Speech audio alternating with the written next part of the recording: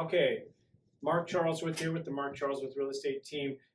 Tyler and I, Tyler's off screen here, but Tyler, you'll hear his voice here in a minute. Tyler and I were having a conversation about a particular seller who was having difficulty because she wants to buy. She's ready to buy. She listed her house, in fact, because she wants to move to another town. She wants to move to a more affordable home, right? Yes. She's got a house she's had for, what, 30 years, Tyler?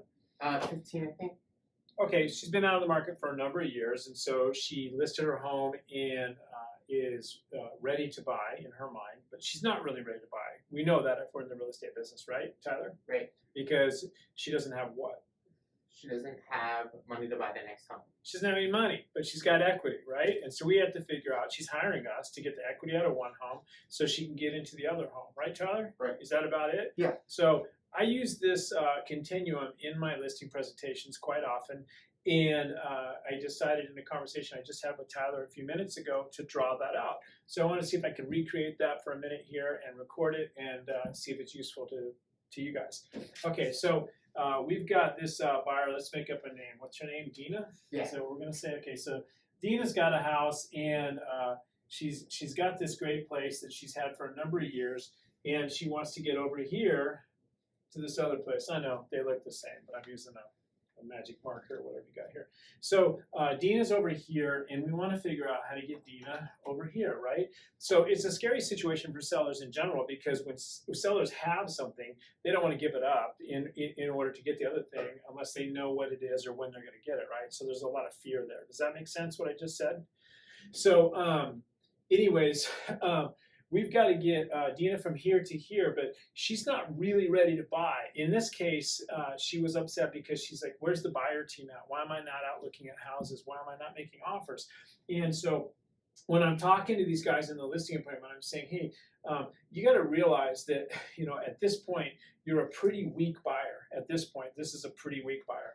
And we've got to get her strong enough to where she can compete in this market, which is a difficult market. Would you agree, guys? Yes. Right now, we've got a busy market, and there's multiple offers on everything, and they're going over asking price.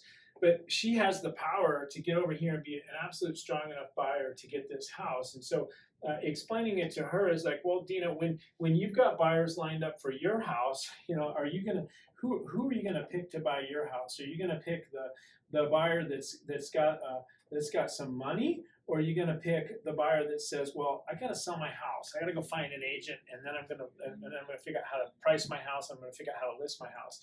And that's the process that Dina's engaged in with us right now. And so we're talking to her about, in fact, you can use this part of the conversation to say, hey, we've got to get enough people involved to where you don't have to work with somebody who has to sell their house, right? Because if you have to work with somebody who has to sell their house, and then you want to get over here to this house, now you've got 3 houses involved in getting your new house, and that's going to be difficult. Some would argue too difficult to achieve.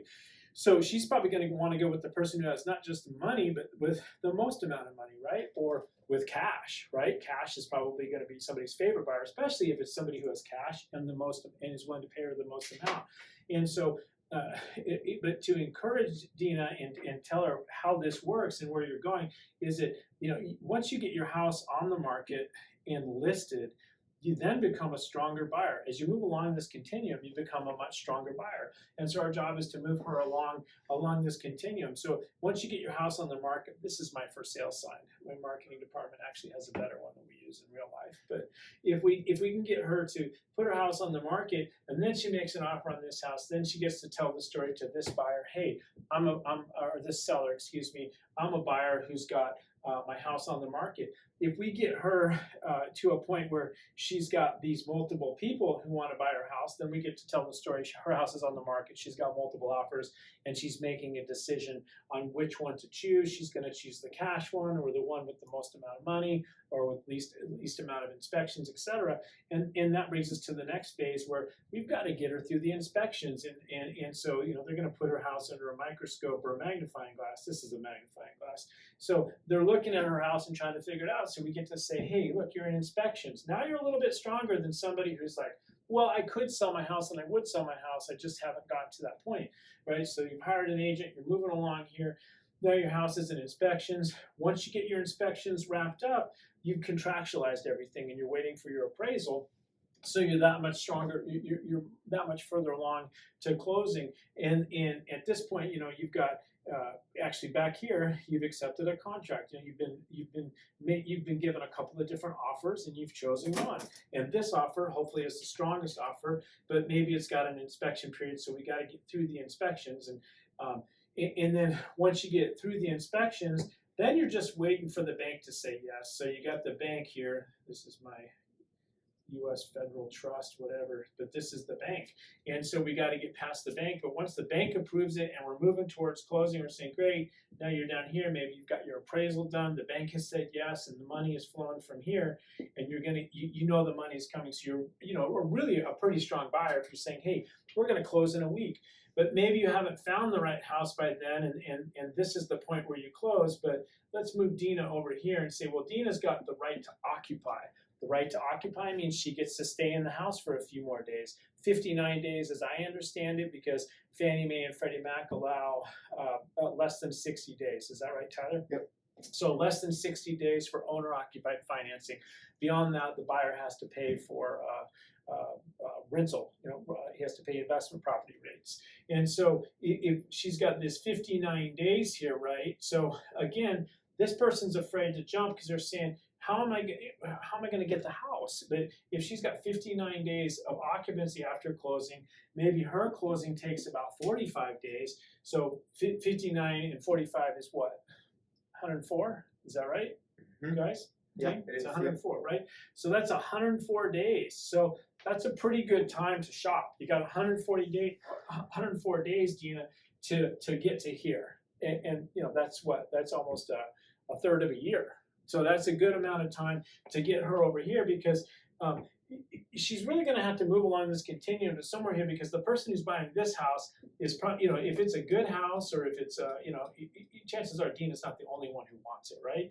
And so, we need to, not show up here saying, hey, wait, I've got this house to sell, or if I've got this house to sell, hopefully I'm somewhere along here and I'm a lot stronger, right? But in this period, Dina's going to be the one who's going to be able to say, hey, I got the big down payment, or maybe I have all the cash. And then, so she's really kind of like going to the gym here.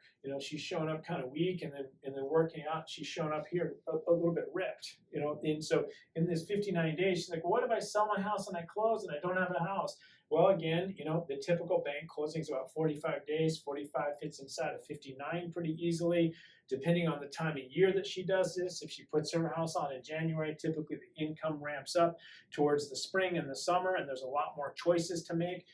And then she's going to be strong and ready for those choices when they come.